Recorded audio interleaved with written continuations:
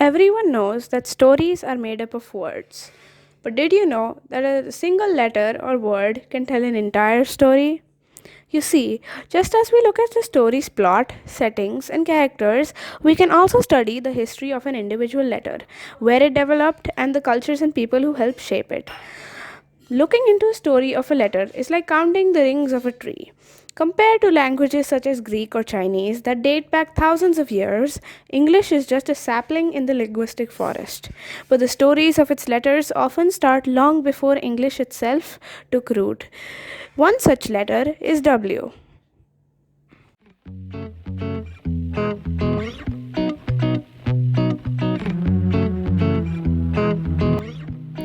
Hi, I guess you clicked this video because you wanted to see what is etymology.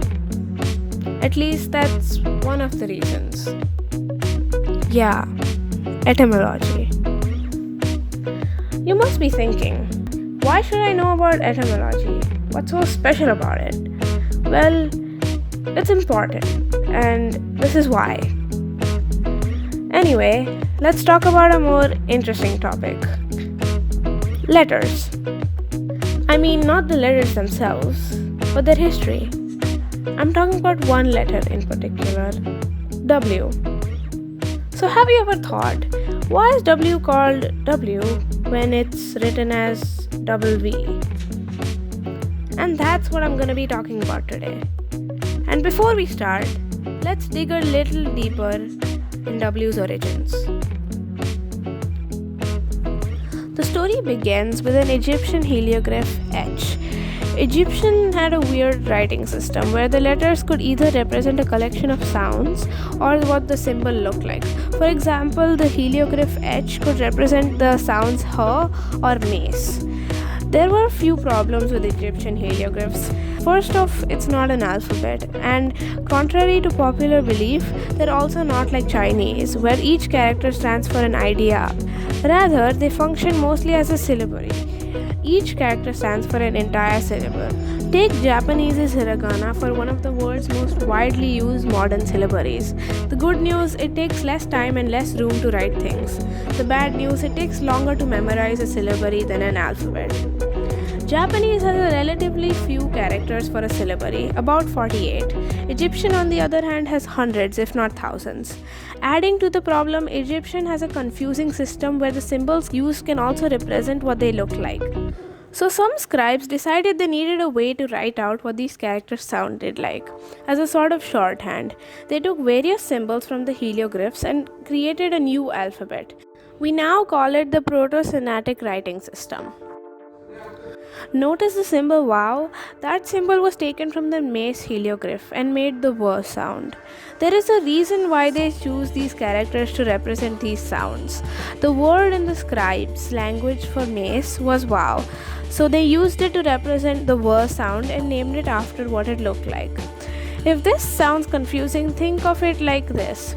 If they had spoken English and wanted a letter for A, they may have taken the arm helioglyph, given it the sound value and called it arm. This sort of thing was done for all the letters. There was no reason, or at least none that we know of, that the letters were arranged in a specific order. There may have been, but until we invent time travel, there is no way of knowing. So if you ever wondered who put the alphabet in alphabetical order, well, now you know. A few centuries later, the Phoenicians developed a new alphabet based on the ProtoSinaitic one. It looks like this. You can definitely see how it changed. The Y looks like a Y, and it's gonna stay that way when it's stolen by the Greeks a few centuries later.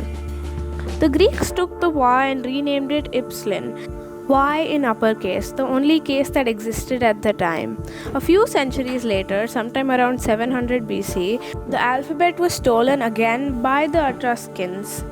Finally, after a journey through its days as an old Italic alphabet, we are left with our modern Latin script. Well, maybe not exactly the same, but J, Y, W, and Z will come eventually. Y lost its tail and became our modern V, but it still made the W sound. It really was the time.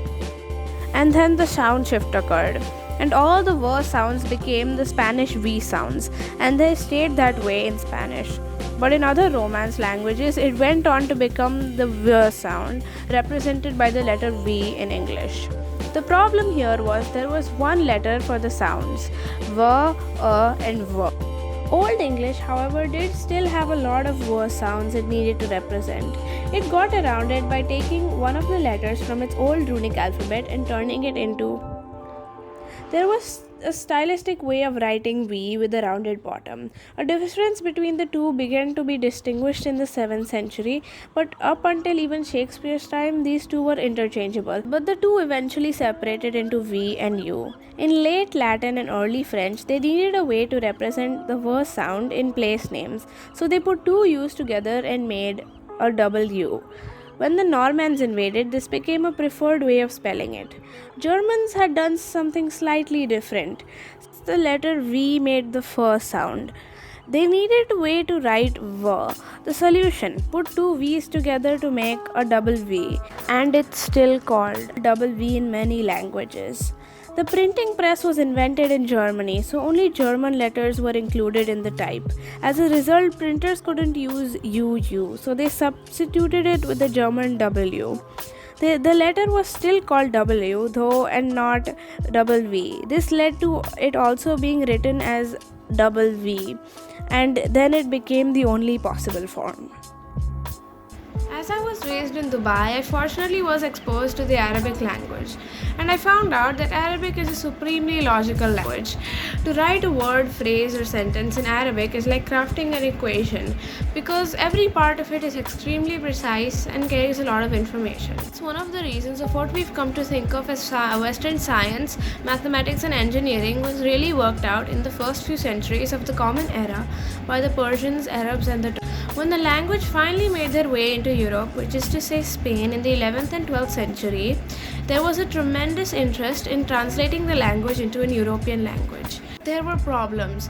One of the problems were that there are some sounds in Arabic that just don't make it through an European voice box without lots of practice.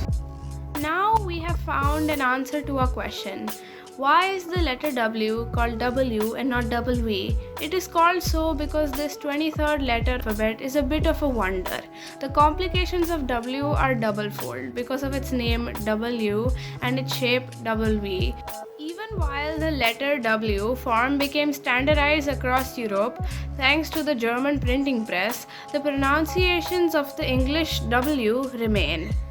Weird way to work with words, we wager. Thank you for watching. Please like, share, and subscribe. Thank you.